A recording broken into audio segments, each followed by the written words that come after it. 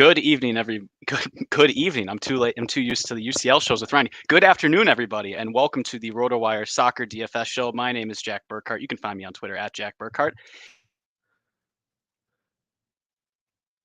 It's nice to be in the Premier League host seat again for once. So I am joined, as usual, by Jordan Cooper, the same game parlay king, and Ryan Belongi, the Europa League king. So both of you have had quite a good month. Ryan finished, he swept top 6 in a Europa League slate for a cool 5K, it looked like, or something close to that. And Jordan is making a killing in these betting markets with sports betting opening in Kentucky. So shout out to me. I'm break even on the month in DFS. So I'm glad we have a couple more successful people on the show. So, Jordan, how are things going on your end? Good. Are we gonna just play Man City tomorrow and is the show over? Can we just is that what the are we gonna be able to fill like 60 minutes? I mean, we don't have to 60 minutes. I mean, is it just like if there's a Man City player, you just plug them in your lineup and they're minus 1,000 favorites, and it doesn't matter that it's a 5-game slate. Just like it. I mean, seriously, I looked at this slate and I don't know if I could play many GPP lineups because I don't see a way kind of around it. Is this going to be a very boring show? Yeah. Well, maybe we can figure out center backs. Let's go ahead. Yeah, no. Unfortunately, it's one of those slates, right? None of the other games look great. So not only is like City are massive favorites and in a great spot, but I mean, where do you go if you don't go City? I mean, yeah, we'll try to get into it, but it's definitely one of those slates where you're going to be jamming a bunch of City, and yeah, it's tough to make tournament lineups even that don't have a few City pieces, and that's fine. I mean, you just have to attack it differently. Yeah, I think it's going to be tough sledding. I thought it might be a bit fun, this slate, because, I don't know, there's 5 games. But, I mean, City, we can see on the cheat sheet, are overwhelming favorites. 87% to win is crazy. 54% clean sheet odds feels really high, even though Ederson can't seem to keep a clean sheet to save his life. But that's got to get good for him at some point. And they have, by a goal, the highest implied goal total of the entire slate. So that's going to be the main talking point. We can talk about these other games as we go through, but I mean, Ryan, do any of these other games stick out to you as remotely interesting, especially compared to a Manchester City who DraftKings seems to refuse to really price up significantly above the other teams? Yeah, I know it's tough. I don't think any of them stick out.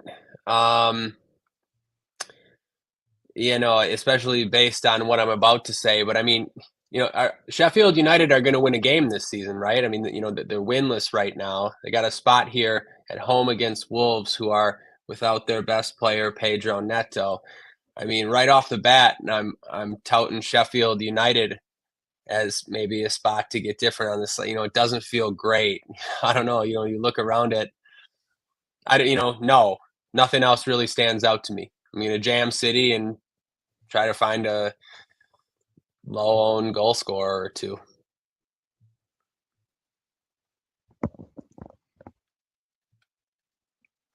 Yeah.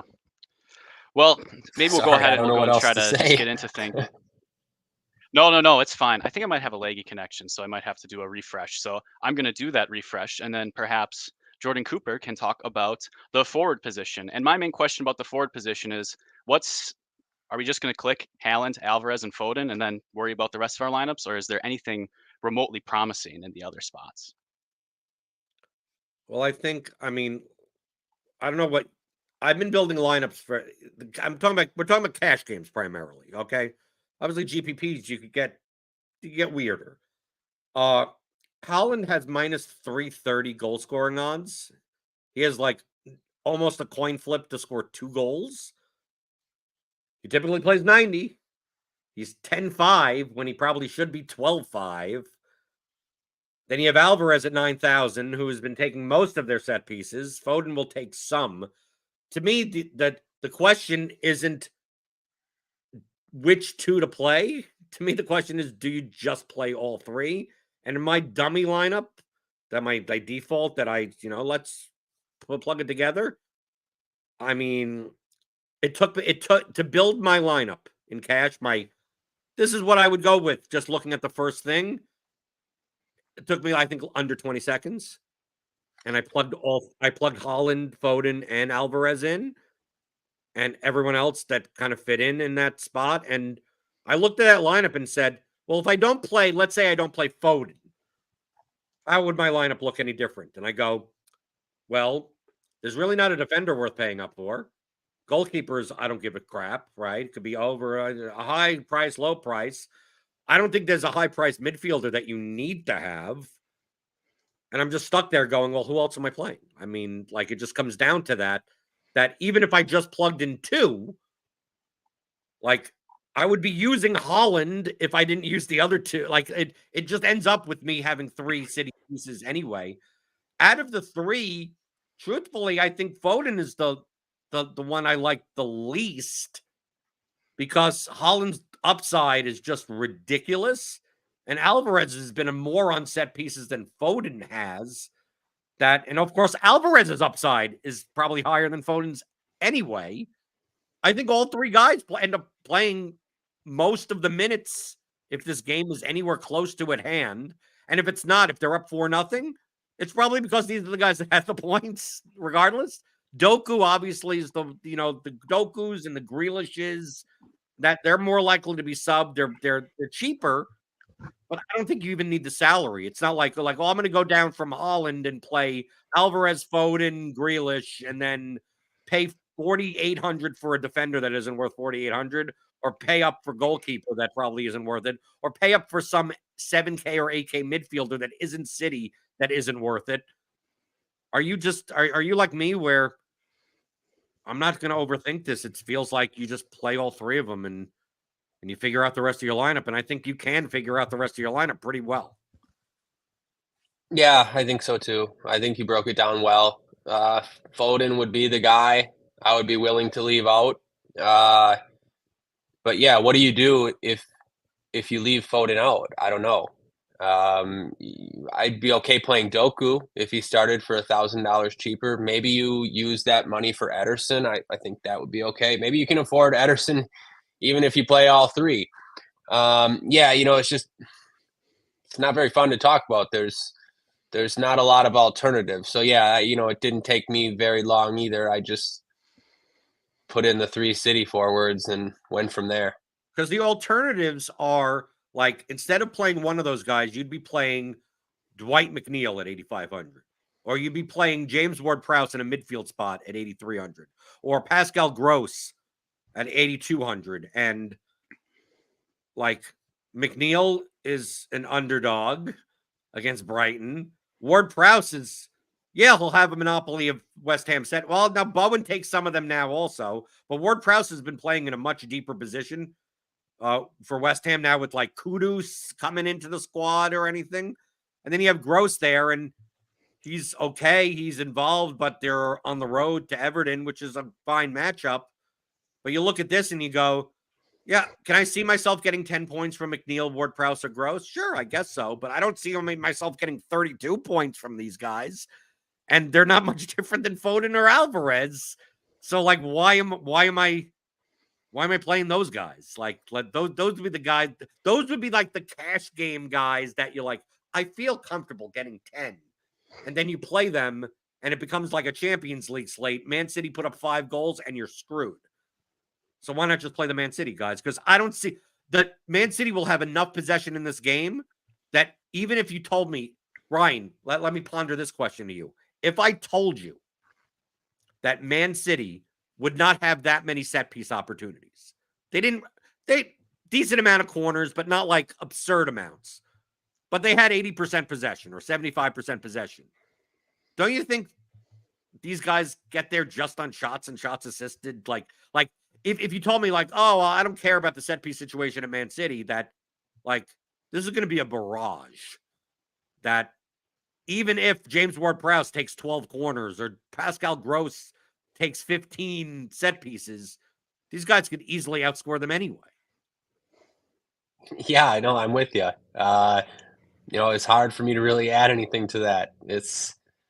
I hate these slates, and this is exaggerated Man City slate because the other options are just not great. I guess one question I'll throw your way. Assume is Eze going to start? Let's assume Eze is 100%. What if Eze was 100% at 9,500 against Burnley? I mean, he's a guy that we were talking about with a high floor and a guy that you would want to play. I don't know if you would want to play him over the City guys. I assume people won't because he's questionable and hasn't played for a while. But I mean, just is 90 minutes of Eze even in consideration? On this slate, I don't think so. I mean, on other Man City slates where Man City were minus 300 road favorite, minus 250, their implied goal total was 2.15. Their implied goal total is 2.73. Like, I put Eze in the same bucket as those other guys that we mentioned. I ain't fading City in cash. I'm much more inclined, if anything, to play more City just so I don't get it wrong, right? Knowing that these guys are going to be, like, if you're sitting there going, I could build a lineup with two of these guys, but which two do I pick? It's like, you're going to be facing a lot of lineups that have all three of them, possibly four. Like, dude, if you wanted to make a lineup that had Doku in it also, or Grealish, whoever starts, I wouldn't put, if you just said, I want to play 6 City players in my lineup, including center backs, and just say, I don't care how City scores goals, because I have all these guys anyway, and just whatever happens. I think that's even viable, where you don't even bother with some of these 4K midfield, 5K midfielders, or the $3,500 3K fullbacks, and you just say nope, Stones, Diaz, right? You have 2 spots for 2 other guys, and you take 2 fullbacks or some cheap mid. I think that's viable also. So I don't want to get into the situation where I'm taking Alvarez and Foden, then Haaland scores a hat trick, and then you're dead, right? Or you take Haaland and Alvarez, and Foden has a goal and 2 assists, and he's 70% owned. I mean, I'm much more inclined in cash games, at least, to just get overexposed to City, regardless of what I think of Eze or McNeil or Gross or Mbuemo, obviously for GPP. GPP, that's the time where it's like, well, what if most of the production goes through 1 or 2 guys, and then you find that the points in other games, to me, that's GPP. I don't mind if Foden only has 8 points, but Haaland has 36 and Alvarez is 28. I'm going to be fine in cash games anyway, right? And if it happens to be that Foden's the one with 38 and Haaland's the one with 8, I'm going to be fine in cash games anyway, because I want to play against the lineups where someone is playing Eze instead of one of these guys. I want to play against the lineup that someone's playing Gross instead of one of these guys, because you're the one, my opponents are the ones that have to pick right. I don't have to pick right? I don't think I'm going to get burned. I don't think any of the other non-City guys are going to be owned enough in cash where if, we get a ceiling Gross game with 2 penalties or something, maybe he's 18%, maybe 2 out of my 11, in an 11 man, it doesn't matter. It really doesn't matter to me. Yeah, I think if anyone would be negotiable out of Man City, I mean, I think Doku, I would play him ahead of Foden because he's cheaper. And Foden's been a little bit frustrating from a floor point of view, but I think that just might be that's just recent results. We don't want that to cloud our decisions too much. I feel like if you didn't play one of the City guys, though, it would be playing because you're like, I want Pascal Gross's monopoly of set pieces instead of Foden because you really feel strongly that he only scores 8 points or something like that. I'm inclined to agree with you all. Maybe Gross has a slightly better floor than Foden. Like if you told me Foden doesn't take any set pieces and everything goes down Doku's side, that's something that's in the range of outcomes, but you're also, that's not much of a gain on the games that Foden does poorly, right? Because when he does well, he's just absolutely going to crush. So, and also the price doesn't matter to me at that level. The price doesn't matter. What are you doing with the $1,000? Yeah, I'm playing Ryan Aït-Nouri instead of John Stones or something. Right, right. That's exactly. I mean, what do you? Are you really using that money in any way that makes that much of a difference? No. So, the price difference doesn't really matter that much to me. Yeah. Well, I mean, I think that's forward. There's some other interesting names we can talk about, but maybe we'll talk about them in tournaments for, if you don't want to just jam 4 City guys into your lineup. We can move on to the midfield position then. The name I highlighted in the article, if he starts, Doku might start over him, but Jack Grealish at 7,500, I would be happy to plug him into a midfield spot as well. But Ryan, did anyone stick out to you from a midfield position? You got James Ward-Prowse at 8,300, who seems too expensive on the road to Brentford. Karu Mitoma is interesting at 6,500, but not in cash games. I mean, pricing it just funnels me right into Manchester City spots. So, what do you think about the midfield position, Ryan? Yeah, I think you're right. Can't go to Ward-Prowse. Playing deeper on the road against Brentford doesn't seem good. You just don't want to spend this type of money if it's not on City players. Yeah, Grealish seems okay. We know he has busts in his range of outcomes. We've seen it plenty of times in these spots where he's sort of the cheapish City piece. But yeah, still a good option. I'm going all the way down though. I guess like the first guy I would consider, though probably too expensive for cash games, is Gustavo Hammer, who might play more advanced and in actually a pretty good spot for Sheffield. But going cheaper, maybe a better option would be Tommy Doyle if he gets the start for Wolverhampton on the other side of that game. He helped Sheffield secure promotion last year. And he took corner kicks and set pieces while doing so. He took set pieces when he played for Wolves the last couple matches too. So I think Doyle would be a pretty good option if he started. And then there's Will Hughes. It seems like Eze is going to start for me. I know we don't have him in there. And I know he also might not start. He's been out with a hamstring injury for a little bit. 4,900 for Will Hughes, though. It's a tough click for me with Eze on the bench. And Will Hughes ran really well last match against Spurs, finished with 10.7 in 70 minutes. I mean, that's solid. He was playing more attacking role. He ended up with 4 shots assisted. But yeah, 4,900 for Will Hughes in that spot. I don't love it. I'd rather go to any City guy who starts. I don't know. We might get Mateus Nunes at 4,100. Kovacic is 37. I don't know. What do you guys think? Well, I mean, Hughes to me, Hughes is probably not playing 90. And if Eze's in, I have no interest. But if Eze's not in, I think he's comparable. I much, much more prefer Doyle. You have to expect, you have to take a look at this Wolves lineup. Sarabia at 5,400. He would be the natural replacement for Pedro Neto. Neto's going to be out for a while. But he's gotten no minutes in a month.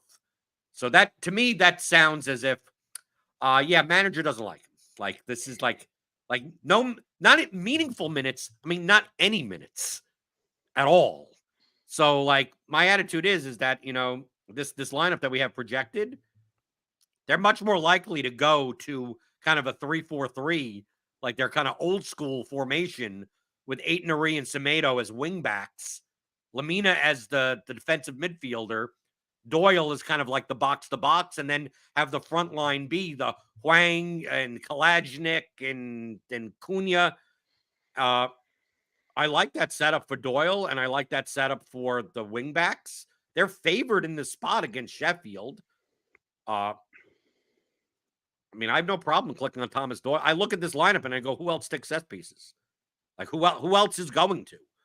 Right? Maybe Aït-Nouri could take some corners, maybe, depending on if they need in-swingers or out-swingers. But who's coming on for anyone? The replacements are more likely to come out of the front line than out of the midfield, right? You get Bellegarde, who's questionable, right? Bueno, comes in at some point for, on the wing or something. I just feel like Tommy Doyle plays 90 minutes in a favored spot at 5,100 with the possibility of him having a set piece monopoly, and he's not priced for that. So he's priced as if Yeah, like 5,100 is a good price, even if you told me he had half the set pieces. But let's say he has all of them. Like maybe he should be a 7K player. Maybe he should be the same price as like a Brownhill or at least Hammer or something like that up there if he was in. So to me, I mean, that's why like if Eze's not in, like my lineup was like 3 Man City players, Doyle, Hughes, and you fill it out from there. You're gonna get it. There's plenty of cheap defenders that you could play. Goalkeeper's not going to be a problem. The issue comes in is that if Eze is in, I probably don't pay Hughes. And what ends up happening is that my utility spot just ends up being a cheap defender. And I just pay up a little bit more goalkeeper because I really don't think there's many like 4K level midfielders outside of if Kovacic, Nunez, those types of guys for City end up in the lineup. Like I'm not running to play Frank Onyeka or if it's or whoever you have, Dahoud, or I look down in this range and I go, Janelt, like who would I be playing? Ben Osborne? I look like there's no one here. I'd almost feel like I'd rather play a City center back than some of these guys. And my lineup just ends up being like City, Tommy Doyle, and some other team's goalkeeper. And that's there you go. And then maybe there's maybe some cheap fullback. Maybe you're playing Aitnery. Maybe you're playing Luke Thomas if he's in at 3K. Like, that's my lineup. Like, so Hughes to me doesn't matter that much. It just comes down to do you play Hughes or do you go down a goalkeeper if Eze's not in? But I still don't think even in that case, if you don't want to play Hughes, I think that's fine because he probably plays 65, 70 anyway. And if he doesn't get on the score sheet, he may just be sitting there with like 7 points. And it's like, you didn't lose out. Yeah, my first lineup was City, and then I just threw in this Doyle Hughes, and it seemed to build itself fine because you're able to climb up to Ederson. I think maybe one decision though would be there might be a punt available at midfield. I mean, like maybe James Milner starts at 5,100 for Brighton in a good matchup. It's horrific, right? But it allows you to get to Jack Grealish, so you could run out a lineup. Well, I guess it does depend. Yeah, you could run out a lineup where you do Haaland, Foden, Alvarez, and then Jack Grealish. And then you just play 3 center backs and you punt at goalie. So that's also plausible, but you're kind of sacrificing a lot just to have everybody in there. Is that basically the main decision you have to make with your midfield spots if you want to go a pure barbell lineup or play a bit more balanced with Hughes and Doyle? That seems to be one of the main decisions to me. Yeah, I don't think I could do Milner. I mean, I get it for the price tag, but I just think there's no one down here. I think Milner, you're gonna have to make up for his 2 points a lot of the time. For his 1 or 2 points, you're gonna have to make that up. And yeah, you can, like you said, you can with City, but I'd rather not. I mean, yeah, I agree with everything you guys said except Tommy Doyle, I wouldn't be so confident is going to play 90 minutes. Wolves actually have quite a few midfielders that are even in contention to start over Doyle. In João Gomez, Boubacar Traore. I don't know what's up with Bellegarde, but at least Gomez and Traore are there. Now, this doesn't really matter for cash games. Just, Doyle's 5,100 and it's a great spot against Sheffield, but it's worth considering for tournaments maybe. To me, it's more based on their formation that if they play a 3-4-3, that it's going to Boubacar Traore would come in for Hwang and play in that spot. Like it's just that Joe Gomez, if Joe Gomez comes in for Doyle, that means they're just going to play more defensively in that formation. It just like that position in that formation. If they played 4-2-3-1. Then I agree with you, right? If they're playing with a 4-man back line, like then there's a lot more options for guys to play in certain spots. It's just that with the 3-man front, I think it's just more likely that like Collagen, however you pronounce his name, he's more likely to come off for like a winger for Bellegarde, and they can continue to play in a 3-4-3 formation. Like central midfielders they have are more defensive, like Joe Gomez is more of a defensive midfielder, or they have these like attacker types that are more likely to come out for the frontline players. So like that to me, it's more of a formation thing on their substitution patterns than anything else. I'd be much more concerned. And also, if they play a 4-man back line, I think that downgrades Semedo and Aït-Nouri also. So, like, I'm going under the impression that they play a Dawson, Kilman, Tony Gomez, 3-man back line. And also, I know we're not getting into defender yet, that you have to make sure where these guys are, because sometimes Tony, like, we see, like, oh, where's Aït-Nouri? And it's like, oh, like, are they playing a 3-man back line? Because sometimes it's like, is Tony Gomez really a fullback? Or is he playing as part of a 3-man back line? He's cheap also, and people get into trouble because sometimes he actually does play as a fullback, and sometimes he gets you 1.5 points.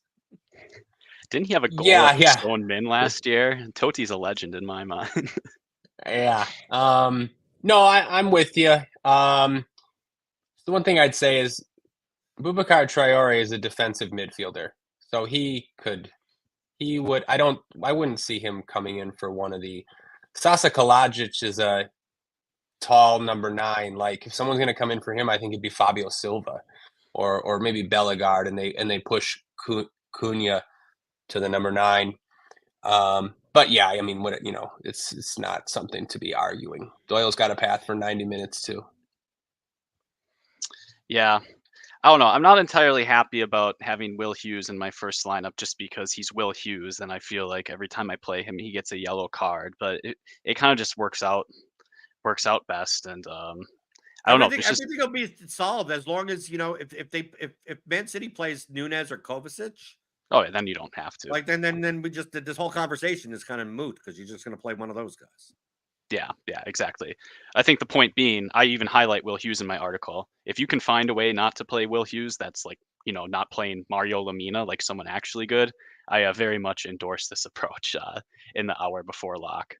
I don't know. I'm not going to defend James Milner any more than casually mentioning that he's 3,100. So unless you all have anything more to say about midfield, maybe we can move on to the defender position. Jordan, I looked at defender, and the most expensive fullbacks are Soufal and Emerson, who are underdogs and over 5K against Brentford. So I didn't really want to play any of them. The first names that seemed remotely interesting to me, at least for cash games, would be the Wolves wingbacks. And I feel like there is a little bit of a sacrifice to play a City center back versus a Wolves wingback, because fullbacks and wingbacks have been excellent against Sheffield United. Like, I really would like to have that. Do you think that they're worth prioritizing, or do you think they're just good plays, but you don't have to play them? I don't think you have to play them, but I think that the thing is going to come into is like the money that you're going down from like Aït-Nouri to a 3K guy, a $3,500 guy, is coming out of your goalkeeper spot.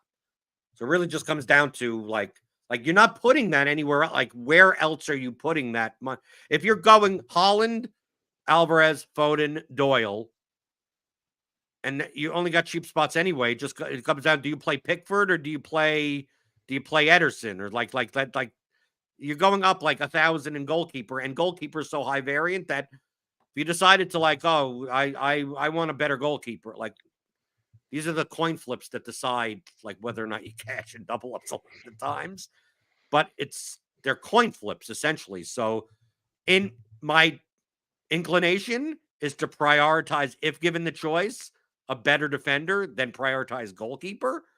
So I'm much more likely to have a Wolves fullback and a cheaper goalkeeper than have like a favored goalkeeper and a City center back. But I mean, the ones that I clicked on right now, depending on the Sheffield lineup, is Luke Thomas is 3,000. He's never that great of a click, but they're at home. Wolves is a fine matchup. I don't mind play if he's in the lineup, but I mean, you also have like Roerslev, right? If he starts at 3,700, Vitinho at 3,700, if he starts, and then if Roerslev's not in, I know he's a natural center back, but when he plays for Brentford in that position, like, Azier will play fullback. I mean, he did the past 2 games. So, like, he's 3,200 in a favored matchup against West Ham. I mean, I don't mind. I could play Veltman at 3,200 and not be like any of these. Like, we're getting to the point where you can make a case for like half these people. Like, none of them are like screaming values. Tony Gomez as a fullback, if he ends up being okay. It just comes down to, do you play those guys over like Diaz or Stones? And if you told me that you'd rather have the clean sheet equity and potential like header goal upside of the City guys, I couldn't argue with you either way. So it just comes down to, are these other guys better than center backs? And a lot of times that conversation comes down to close your eyes and hope for the best, because you can't make a case that there's no defender on this slate. Like Ryan, I know you're the type of person. It's like, if I could get 20 points total out of my defenders, I have a big leg up on the field in GPPs. That doesn't exist on this. This slate isn't that slate. No, it's not, unfortunately. Yeah, I think you broke it down well. The guy I would have the most interest in is Aït-Nouri. If Wolves are in a 3-5-2, Aït-Nouri and Semedo are decent options. The reason I prefer Aït-Nouri, as Jordan mentioned, there's a chance he'll take a set piece or two, but also Hugo Bueno is out. I have some reservations about Semedo, just because you could see Doherty coming in to replace him. And also, like, when has Semedo ever done it when it's been a good spot for him? I touted him plenty of times on this show last year, and I mean, he did do it once, but it was like he had the luckiest assist ever, I remember. But anyways, I think, no, Jordan, you said it. I would like to get those points from defender, but I don't see it. So, like, for me, I think the best option is the cheapest City guy, and that's really annoying. But that's how I see it. Ruben Diaz might be the best option for me, maybe Stones. But yeah, Luke Thomas is fine. Christopher Ayer's fine. It's a gross position on this slate. What do you think, Jack? I'd like to play Ryan Aït-Nouri just because the Sheffield matchup is very good for attacking wingbacks, and I know Ryan Aït-Nouri is an attacking player, so it's not just he's like some random box that I'm putting in. I think if he does play 90 minutes, I'm happy to hear Hugo Bueno is out. That's a pretty good spot for him.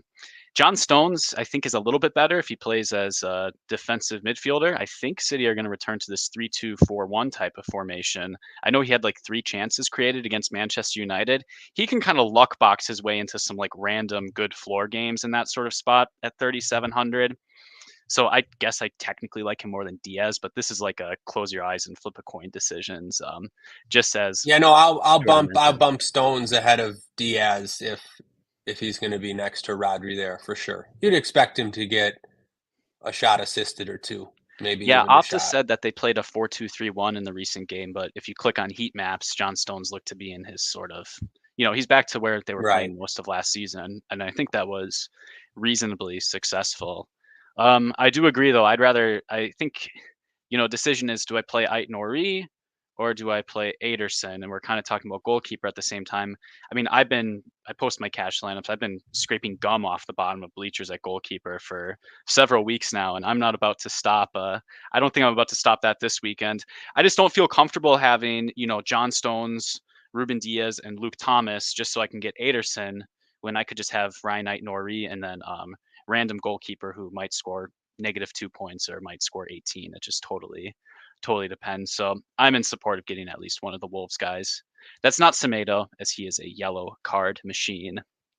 I don't really think there's any other particularly interesting names. I don't know, Ashley Young at 4,400 if Brighton have a psychotic attacking lineup. That was some gigabrain thought I had, but no one a particularly strong play from that point of view.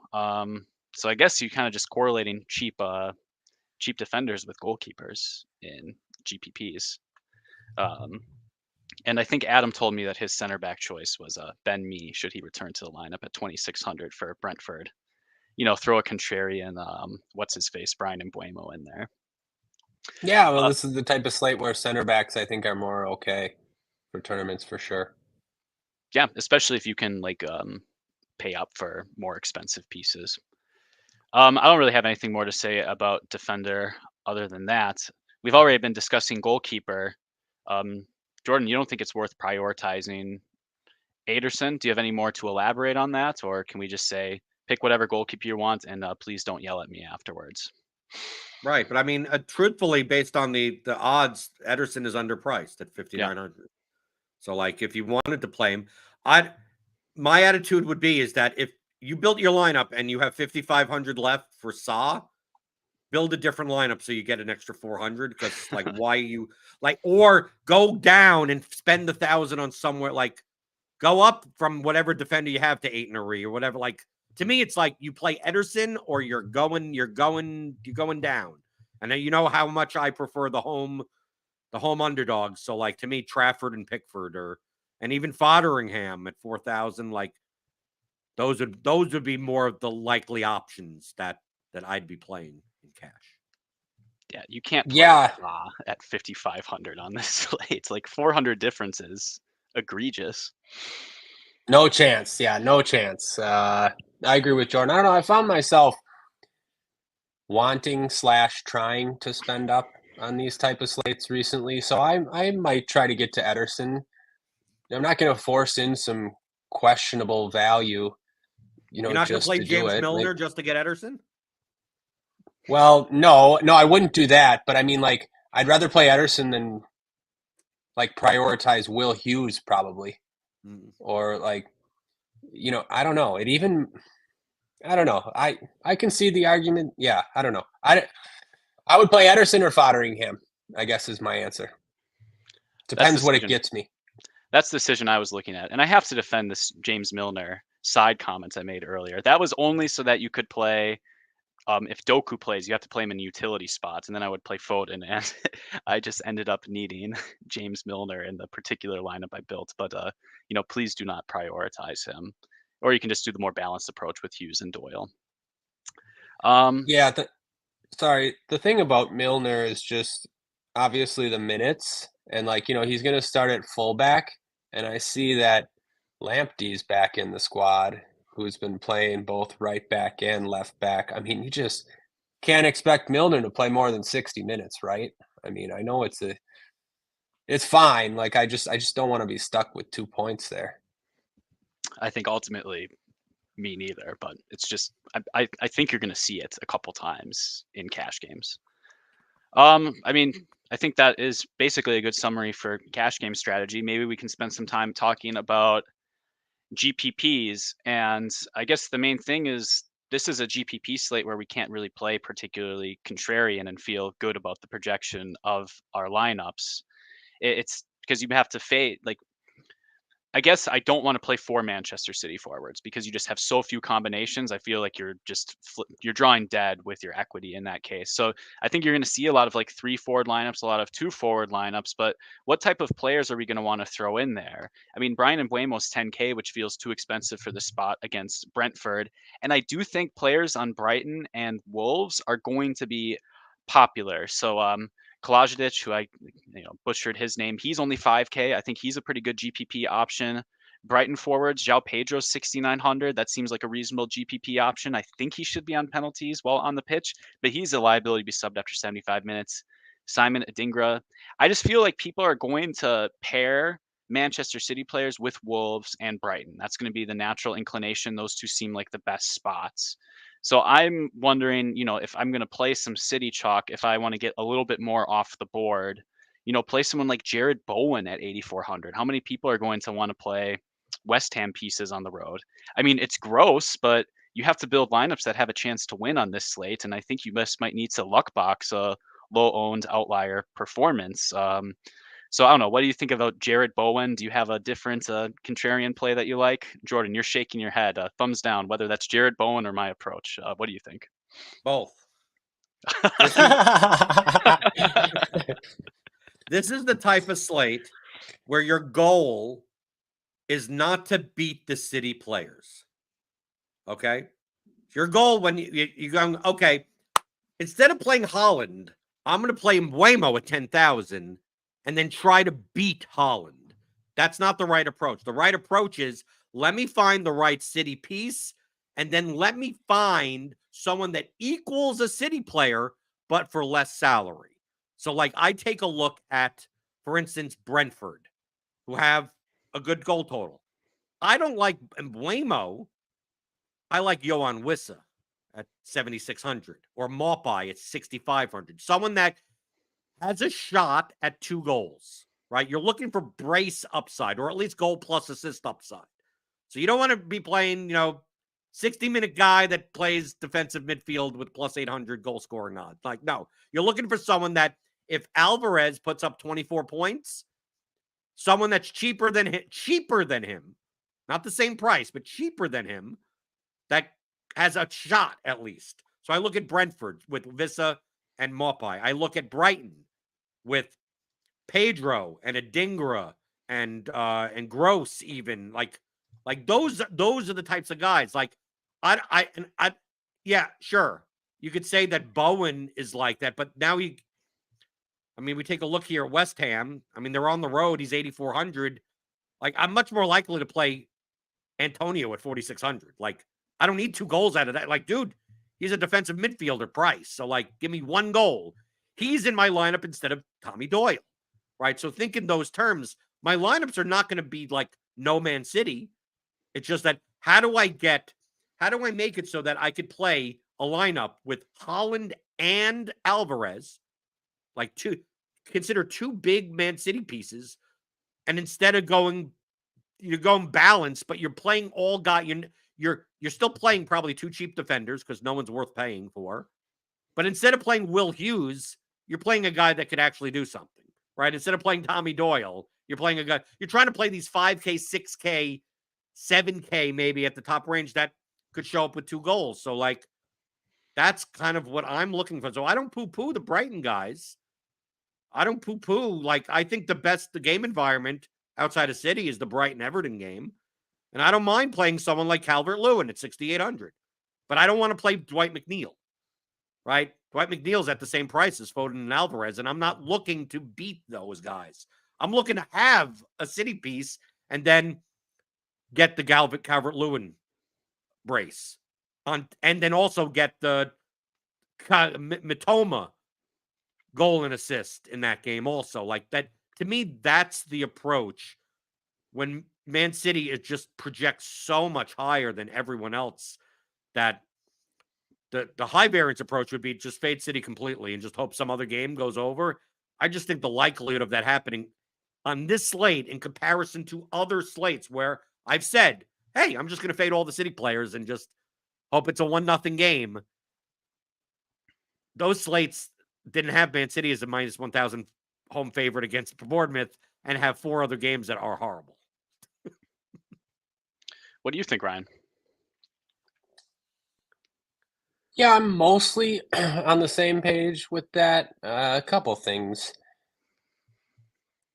I don't think Wiss is too much different than Bowen in that regard. There's only an 800 salary difference. Bowen has been in fantastic form, but just from a soccer perspective, sort of seems like a letdown spot for West Ham after they beat Arsenal, and now without who I think is their best player in Paqueta, and also Brentford have just been unbelievable at home. So it sort of screams letdown spot for West Ham. But Will has a question in the chat about Kudus, who probably will run things for West Ham in the center of the park with Ward-Prowse moved back, and Kudus is only 6,400. He's been drawing some rave reviews already, and so yeah, I can get behind a guy like Kudus. So yeah, I feel similar to Jordan in just the approach, and I'm going to use, like I mentioned briefly at the start, I like some Sheffield guys here. I don't think they're going to go winless this season. Wolves have been a spot to target, and I don't love Wolves in this spot without Pedro Neto. So I like Gustavo Hammer. I think he's going to be pushed forward. I like Archer leading the line. I think even McAtee for 4,500 in an attacking role is interesting. I'm serious. Like, you're just looking for a goal here to beat the Will Hughes types, the Milner types, whoever else like people use in these lineups where they jam City. I guess the one thing where I might differ on.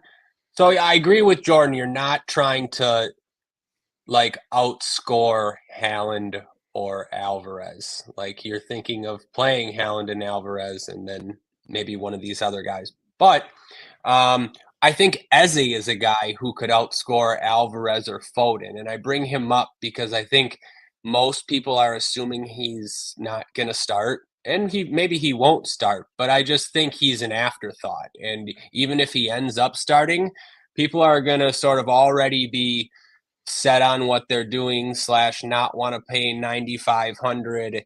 And look, the spot against Burnley is fantastic. And if Eze has this preloaded 15-point floor that we've spoken about on the pod before, he still has penalty kick duty. So there's 27 points right there from a guy who's going to be, 10% owned or whatever. So I could get behind Eze, but yeah, in general, I agree with Jordan's strategy. I don't, what do you think, Jack?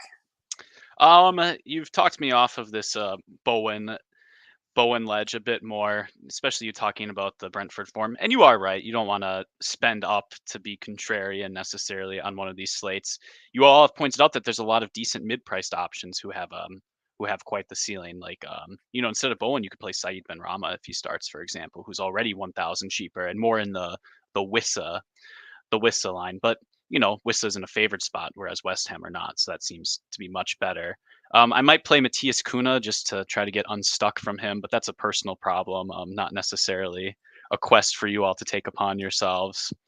That's my inclination in tournaments, though. I really don't want to fade the Haaland Alvarez start necessarily. Maybe I'll flip a coin to decide how many non-Haaland lineups I play and just hope that he only gets an assist or something like this. But otherwise, yeah, that all sounds quite reasonable. I don't know. I really don't have anyone else particular mention. I'll still probably play a few Bowen shares, but I'll definitely. I was just gonna say, I don't think don't take yourself completely off Bowen just because he's been in such good form. He's a 90-minute guy. He's got 6 goals in 10 games, and he's just outside of the City players, he's one of the more talented guys on the slate, a guy who scores kind of every type of goal. So, like, even if it's not a great spot, he still has goals in him, and he's going to be, like, virtually unowned. But yeah. Yeah, I think that would be my justification for Bowen would be I'm anticipating, like, 5% ownership. Maybe that's incorrect. But I'm anticipating, if you play Kolajdzic, for example, he's going to be like 15 to 20%. So if you want to play a little bit more City, I mean, you can just substitute Bowen instead of Foden. And I don't think it's that outrageous that Bowen could outscore Foden in this type of spot. And you can still be strong in the rest of your lineup positions. You can play Bowen and Antonio instead of Will Hughes. So just something to think about. I don't know. We're at the 48-minute mark. It's a City dominant slate. We haven't talked about any Bournemouth options. Anyone else have any takes that they want to get off their chest? No, but I think I got burnt. I feel like Adam would be bringing up his boys from Burnley on this pod. We all heard about how they play in this attacking brand of football, scoring goals under company. It hasn't worked at all in the Premier League, but a matchup against, this Palace team has been bad without Eze. And so, like, it's a good spot for Burnley. I guess I haven't even looked at the prices on their guys, but probably too expensive. But, there's, a goal in one of them. It's a pretty good spot for 6,500. My problem with Burnley is that it just reminds me of Liga MX, where you have these teams that substitute all their promising attacking players at 65 minutes. And that's what gets me off of the Burnley pieces. I mean, do you want to pay 6,700 for Josh Brownhill in this spot? I don't feel very compelled. I'd rather just go to Jack Grealish or, even play Rodri at 5,800 in tournaments. So I don't know. Yeah, the guy I would, Koleosho is 4,500, and we've seen him have, decent games. But I think the most likely to score a goal would be Zeki Amdouni, or however you say his last name. He's actually pretty decent, and I think, yeah, I mean, like you said, they're not going to play 90 minutes, but 75, 6,200, you just get a goal. He's a guy that I think he's been starting for Switzerland. He's a promising player. He can score goals, but yeah, I know it's tough. I mean, we're grasping at straws here.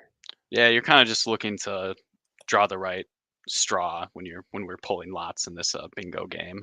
I just mixed up a bunch of different games at once in that analogy. We haven't talked about Matthias Jensen, but at 7K seems reasonable along with Karo Miedema. I don't know. It's just these are the type of options who seem decent, who could score a goal, though I do think Jensen has run good. Jordan, you got any final thoughts?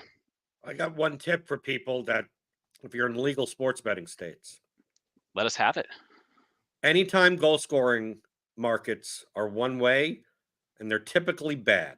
They're typically very high hold. But depending on the books that you have available in your state, they tend to also have very bad mispricings on certain players. And they tend to be players that are new to teams or returning from teams, or situations that happen where a big player is out and they don't know how to price it. A lot of times they're cutting and pasting from other side. They're copying from an offshore or something like that. But you will find big discrepancies sometimes, not all the time. So like we mentioned, like Eze is coming back from an injury. He would be someone where I would go to the 5 or 6 books that I have available to me and go to the goal scoring odds and go, is there a book that is pricing him as if they forgot that he may start? Now, obviously, if he doesn't start, your bet is void, so it doesn't matter. So you may find that one book, like we look at the cheat sheet from wherever you're pulling from, has Eze at what, plus 350? Like, it's quite possible that like some of these books may have like plus 180, plus 220, and then one book has like plus 450. And it's like, well, that's a quite big difference. So like you could probably find this type of stuff. You're not going to find that with Holland. You're not going to find that with Alvarez. You're not going to find that with Mbuemo. You're not going to find that with all these guys. But like Neto's out. Maybe they mispriced. One book has mispriced the Wolves goal scoring odds because they're pricing it as if Neto is in. And then next thing you know that, you compare books and 4 of these books have one guy at plus 200 and one book has a guy at plus 450. Right? You saw that, Jack, a couple of weeks ago when I took out the Chris Wood insurance. Chris Wood insurance. Right? On the slate that I'm like, I'm not playing Chris Wood in cash and I'm only playing him in one GPP lineup. I got this bonus bet that I could use. I'm going anytime goal scoring for Chris Wood because that's the way that he would beat me. If he doesn't score a goal, I'm probably going to win my DFS lineups. And like FanDuel had him at plus 220 while like everyone else had him at plus 120 and plus 110. I'm like, this is insane for me not to take this because that's a ridiculously off 12% implied probability difference. I mean, even more than that. What, 15% implied probability difference? So give it to me. And you can do that even if you're not taking out insurance. Like if you're not going to play Holland, like you could do that also. Like let's say you're like, you know what? I'm going to play 20 GPP lineups. No Holland. Just X amount. Go to get the best price, best number, right? And get the 2+ goals for Holland, right? You don't want the anytime goal scoring odds because 1 goal from Holland probably doesn't kill you. 2 goals does.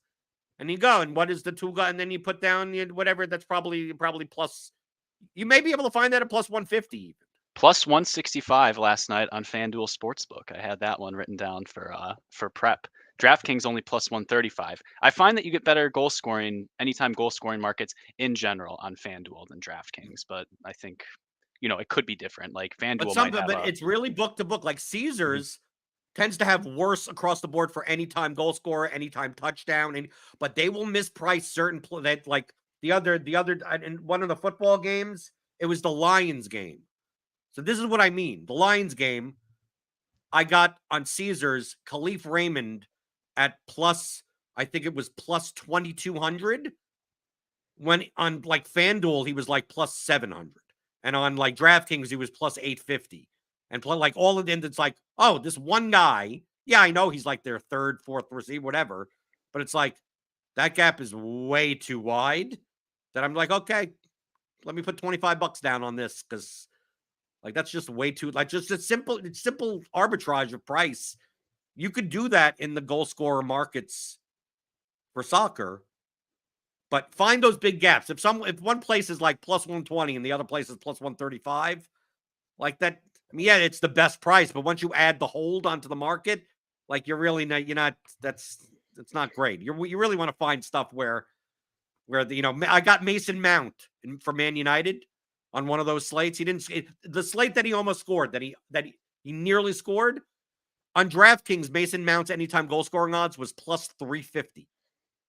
On Caesars, he was plus 1,500. Woo. Right? So I'm like, I put $50 down, give it to me. And of course, it's so close. He almost scored that. But you can find that type of stuff if you look for it. Well, Jordan, you listen to the Champions League show, so you don't have to know that lack of goal hurt Ryan and I quite a lot. We are the Mason Mount donks in chief. But I love it. A little bit of a hashtag theory of sports betting from Jordan. So I mean, you're making me, honestly, you're making me consider moving. I see your screenshot too the other day. And I'm just stuck in Wisco, and yeah, it's brutal. It's brutal. Oh, yeah, anyway, you're making me depressed over here. You got to drive down to Beloit and then across the border and get all your wagers down, Ryan. That's the move, though. After gas, I'm not sure what your hourly rate is for that. I just don't think you can like open accounts, that way. Anyways, being from out of state like that. Anyways, so we got a little soccer betting advice, some decent tournament advice here, and the classic just play Manchester City cash advice. So anything else? I think we're good to go. We've somehow talked an hour about this slate. So good luck over the weekend, everybody. Please like the video. Please subscribe. Adam's been doing these awesome lineup preview shows if you play So Rare, and it helps me prep for these shows. So I enjoy watching those, so make sure to check that out. Join us in the Discord, especially if you're a sicko who likes to play League MX and MLS slates late at night. And yeah, good luck, everyone.